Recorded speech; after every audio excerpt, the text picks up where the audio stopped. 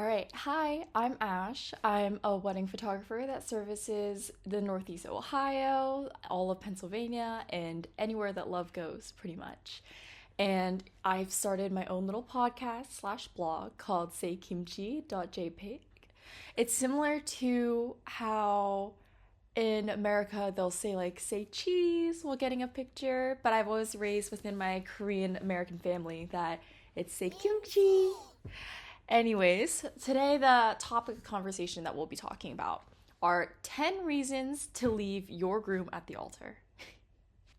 As a disclaimer, I should write that this is not a standard experience that I've witnessed within my professional relationships with clients. Actually, almost all of the clients I've had have been purely amazing and so in love.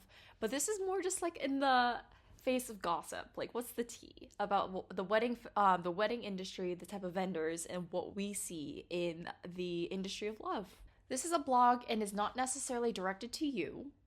I need to preface that. It's not man hating, groom hating, anything of the sort like that. Take what you can and leave the rest. Not everything has to apply to you, but if there are some things that resonate, I really think marriage and the commitment and that you're vowing to make to one another, this is the time to think about it. So a little fun take, but a little bit of a serious take from personal professional experiences. Here are 10 reasons to leave your groom at the altar. They get you the ring that they want, but not what you want. I'm gonna let you think a little bit about that. It's not in the purpose of being shallow or materialistic by any means. But let's, for instance, give some examples. Let's say that you are an all gold girly. You've invested hundreds, if not thousands of dollars on sentimental and expensive gold jewelry to curate your whole collection. And let's say that your partner is not considerate enough to notice these small details in you. Is that love? For instance, my first ever marriage, the proposal was with a ring that I would have never ever chosen for myself, and not in a good way.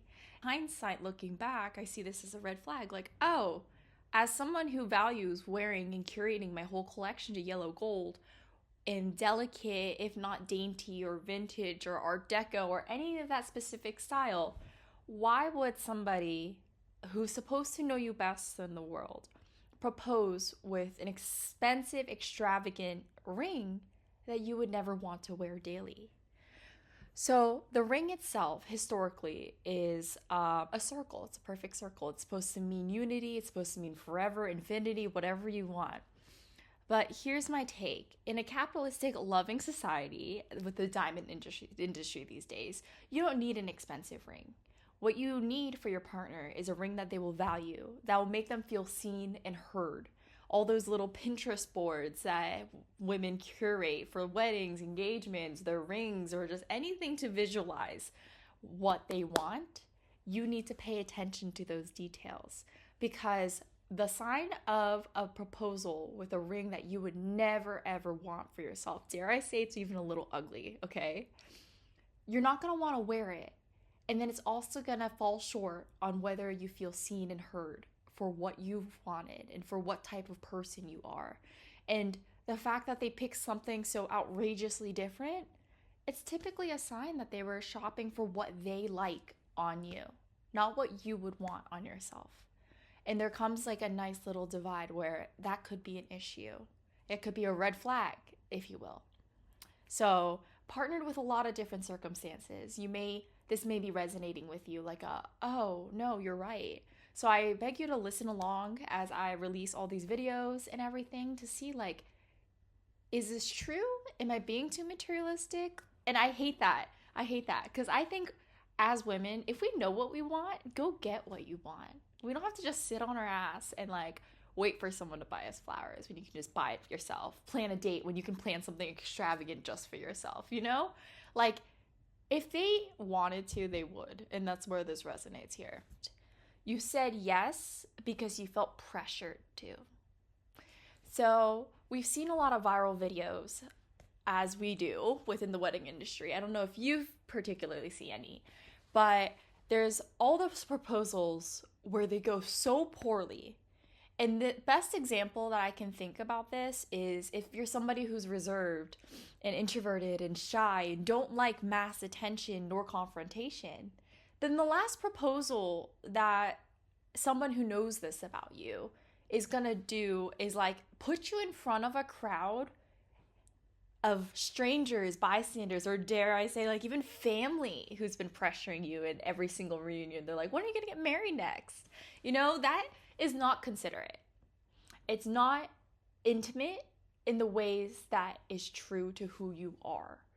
Intimate proposals are beautiful, surprise proposals are beautiful, but when that surprise and that pressure of crowdsourcing is used in a coercive way, that's a huge, huge red flag.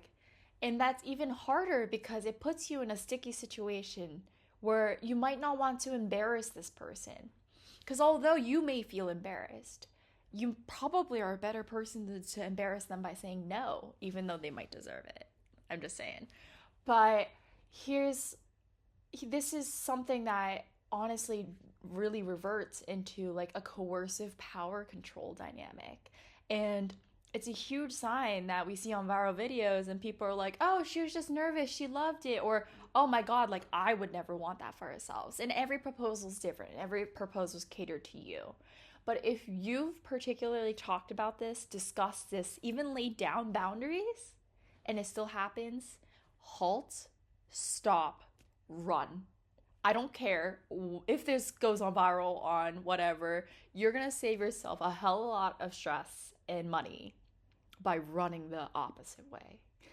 They show complete disinterest and lack of initiation in the planning of your wedding. This one is kind of a give or take because I feel like it really depends on the dynamic of everybody involved in the couple. And we're not talking necessarily about just heterosexual couples. It can be different binary, different sexuality identifying couples. But here's what this is supposed to mean. A lack of initiative in planning a day of union together, especially if you've been like asking for help or desperate for help, is a big red flag.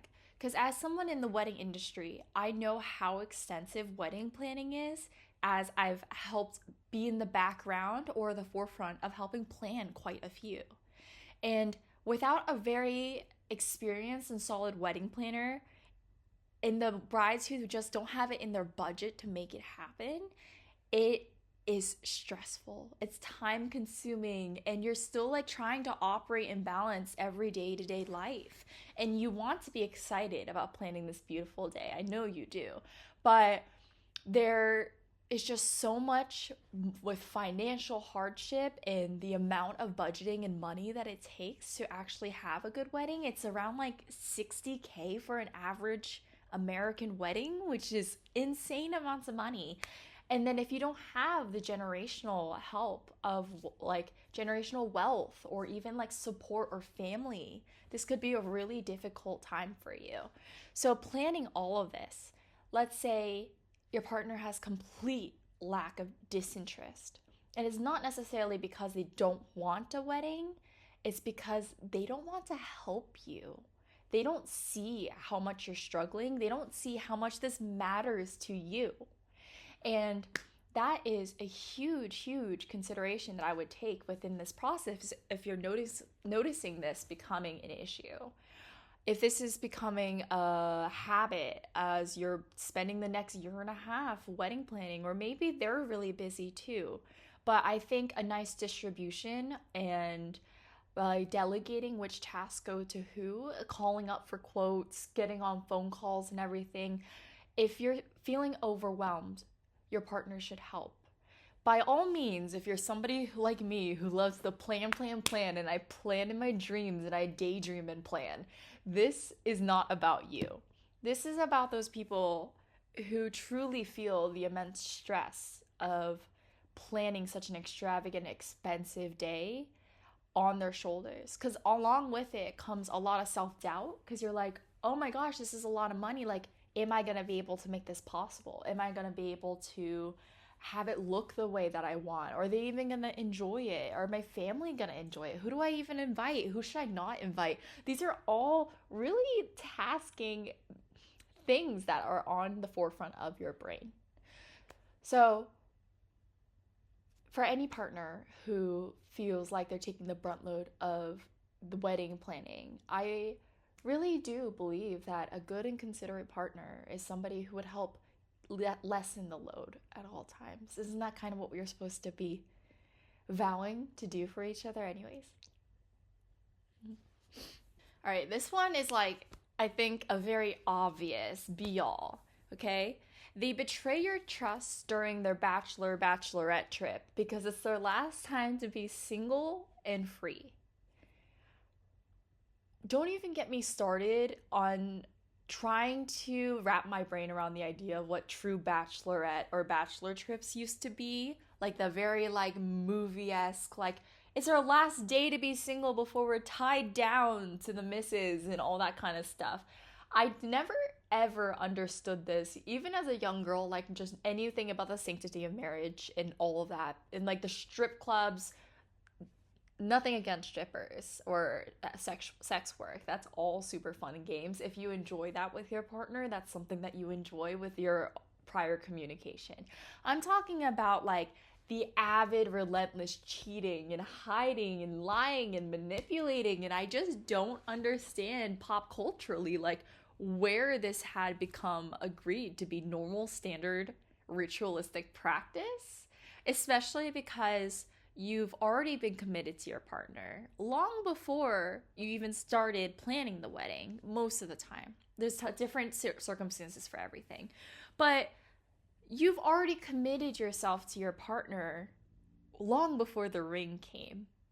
So this part is something that's confusing because if proper boundaries, proper discussion were taken about how your bachelorette trip etiquette should be, then I believe with full heart that that trust is sacred and that word is sacred and it should not be manipulated or lied about. So if let's say if your bride says, I don't want you to have strippers at your wedding or you're at your bachelorette party, sorry, because it makes me uncomfortable. It goes against my trust and my comfort, especially while we're vowing to commit to each other for the rest of our lives, then that's something that should be absolutely upheld. And I don't know, if you vocalize the importance of your boundaries, it should be required for both parties to amend by it. Oh man, this one is like one that I have witnessed that I can't believe. And it could be for a number of reasons. It can be from the shock of the day, just from like the go, go, go of timelines and everything like that, okay? So let me preface that even though I've witnessed it, there are so many other factors that could have altered it. But the lack of appreciation of one's beauty during the first look. So this feels like, well, duh. The first look, like we want tears. We want like, wow, you're so beautiful. We want like the whole extravagant commotion of all of it. But I hate that I have to even say this, but unfortunately I've seen it. So the amount of effort that's put into makeup, hair, dress, bridal accessories, the shoes, wearing heirloom jewelry, just like everything that goes into curating your style and the way that you want to look on your wedding day, the dress that you dreamed of since you were a little girl, or just like the amount of effort you put in, no matter how little or big, to look beautiful, to look nice, to look like a version of yourself that you like will cherish, deserves a crazy applaud from your partner on the first look. This shouldn't be a hot take, but I feel like it kind of is a hot take. So, as a wedding photographer, as a wedding professional, before the first look, I think the first look is actually one of the most groundbreaking and important intimate moments of the wedding day. And all the couples who have worked with me will know that prior to the first look and like upon like giving direction on how it will all go, I give like a little pep talk. I'm like, all right, so here's a really big moment that's coming up. And this is the last time you're going to see this person the way they are before you've, in your eyes, in your vision, they become your wife or your husband forever, or whatever term you'd like to use for your partners. And it's pretty extravagant. It's pretty groundbreaking, especially if you did the very traditional, like spend the night apart, everything like that. Or even if you didn't spend the night apart and it's just been a couple hours and you just like get to see what they've been brewing up, what they've been cooking, you know? And it deserves, even if you're speechless, a smile, a hug, a kiss. Okay? So some body movement. If you're speechless and shook, then and then eventually you like find yourself again. You should be like, "Wow!" or "You're so beautiful." Cry a tear. I think that even like the biggest reactions, and it doesn't have to be because you like the style of dress they chose. You like how they wore their hair. You like, I don't care if you don't like anything about it, but the effort. You need to recognize the effort that was put into this. And if it falls short, I feel so heartbroken for all my clients where it's like a, okay, move on next. Did you even see them? Did you even look at them?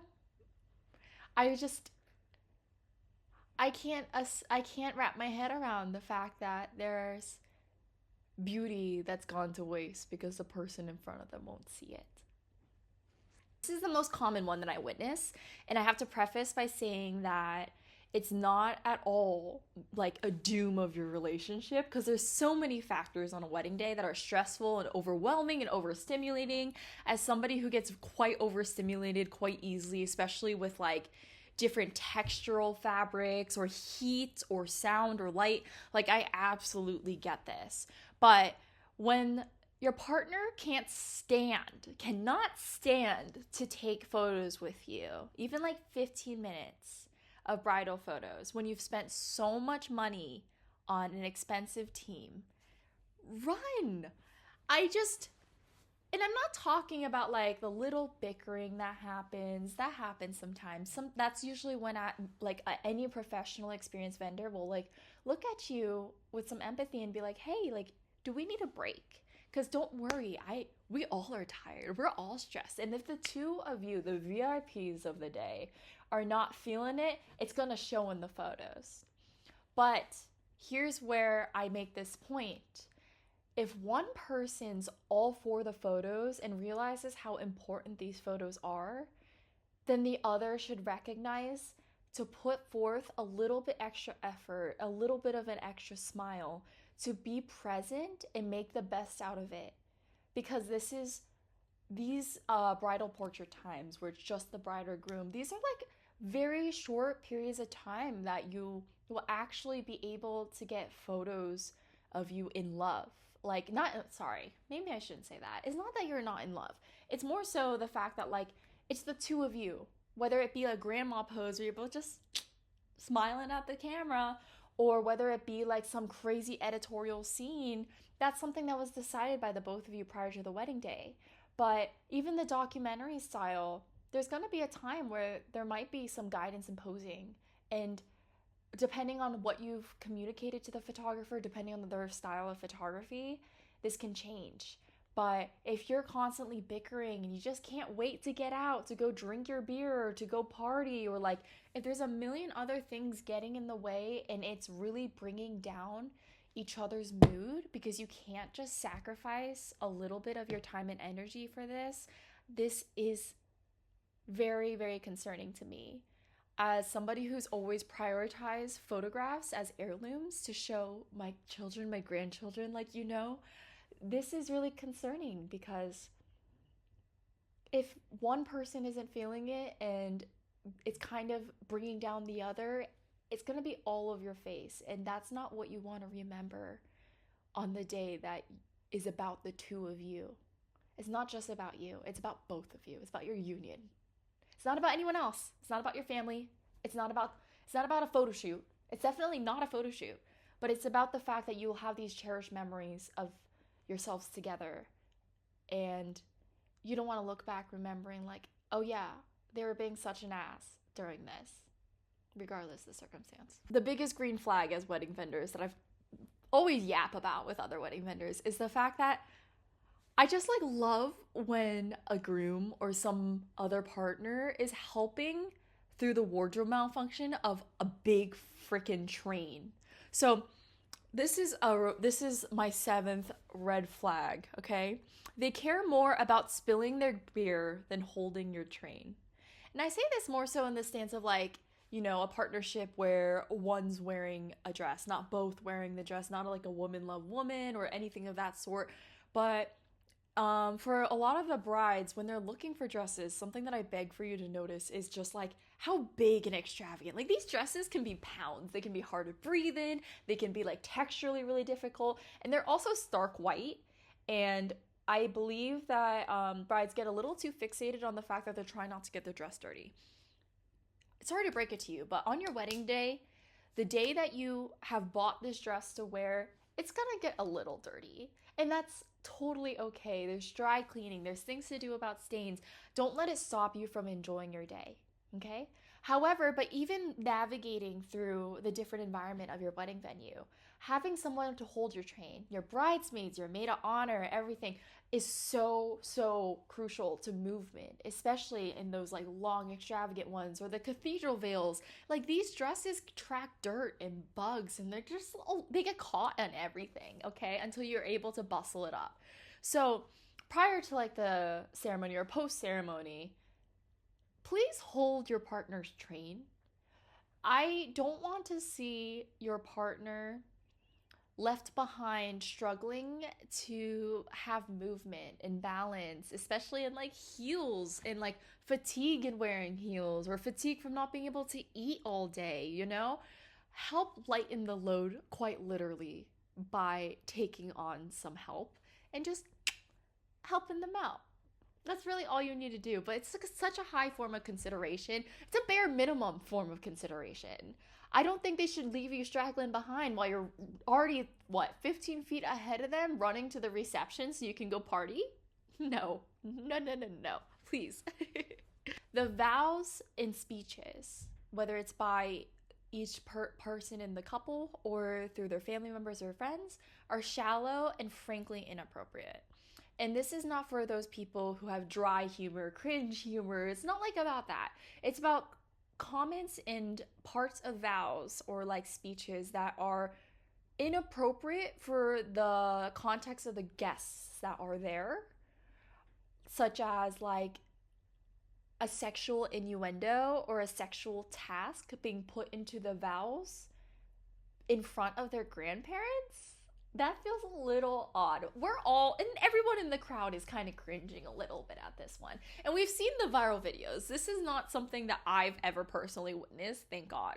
But we see the viral videos where we're just like, oh, like the comments will be torn in half because it's like, oh, this is just like their humor. And then the other people are like, I would die right then and there if like my partner ever said that kind of stuff in front of my family. Like I veer more on that side where I'm just like, there's a time and place for things to be said, and in front of all of your loved ones to celebrate your union, that just might not be it, okay? Here goes for speeches. So I think a little bit of like a telltale sign of a not so healthy dynamic in a couple is when there's a lot of talk about the prior toxic history of the couple as like kind of like an overcoming, or not even so. It's more so like along the lines of like, maybe this time you'll work.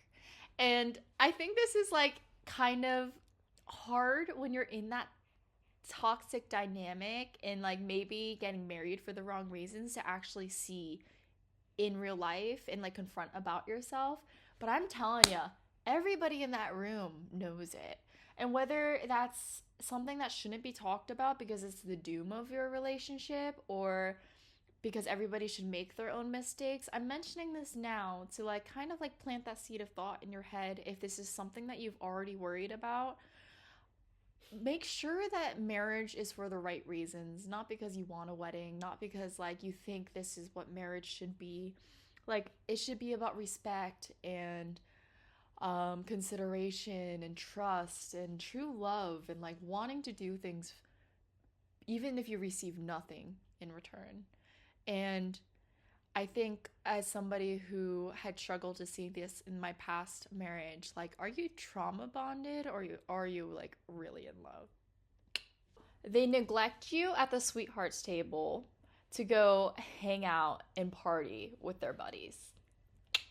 So I believe this is a nice mixture of spending time with your loved ones, considering there's probably people that you haven't seen in quite some time because of travel or just because like schedules of day-to-day routine don't align. And weddings are a fantastic opportunity to get everybody you love and care about and like the history of what makes you you, the people who have shaped you, into one room. So don't get me wrong, I completely understand like wanting to spend time with them, but why don't you go ahead and bring your partner along and like introduce them to them if they don't know them already, or like really get to chat with one another, hit each table and each guest individual guests with each other as a united couple. And there's no way that I'm like, if you're not the type of person that needs your help socializing, or like you're not the type of couple that like feels weird with one person in the corner or not, either way, this day is about the two of you. So what I'm not saying is don't hang out with your buddies, don't leave your cup, like don't, you can't have any time alone. That's not what I'm saying. But this party is for the two of you. This wedding is for the two of you. And it's about the two of your love. And if you're too occupied because it feels more like a reunion of your friends and not so much something that you're hosting or as like a VIP guest with your partner, that's where it starts to get in a little bit of a gray territory. So I think I'm just gonna leave it at this. Like, celebrate together and don't leave your partner on the outskirts. That's all I have to say. So the last of my 10 reasons to leave your groom at the altar. This is the most obvious controversial one that we've seen really hitting like media and everything lately. It is the beloved cake smash tradition. So growing up, I feel like it was actually way more common, like the idea of cafeteria food fights and stuff, which they really like nipped in the bud. Like my school specifically, my public school, was very much like, do not do this. It's a waste of food. And obviously it is. But something to me, it felt enticing. It felt like a once in a lifetime experience in which I understand the cake smash tradition kind of being like that, where you're like playful and you're like smashing the cake in each other's faces. We've seen so many viral videos, however, skyrocket because of like the aggression behind it, like taking their head and just smashing it into the cake. Like that can be a little much, okay? But all to you, this is what feels unique to you as a couple. That is your choice. What I'm talking about is when there's been clear boundaries expressed about this. Like the amount of effort as a woman being part of a wedding and putting like so much expense into hair and makeup. God forbid you get cake in their hair, okay? And then even the dress itself, like this can be messy and it can be an expensive mistake that maybe like you just don't texturally want to feel oily and gross for the rest of the 5-6 hours of the day that you're wanting to spend looking nice and picturesque for like reception photos or for grand exit photos, you know? So this is something that I really think always needs a conversation with, like the fact that the cake smash tradition is so wide and open, and the wave of millennials and Gen Z that are getting married now kind of grew up with. So if you're not certain, just have a conversation. If they want it, all for you. If they have like, yeah, maybe like a cute little like on the nose or like, you know, that's fine. But don't take it too far if they said do only a little, and do not do it at all if they said not at all.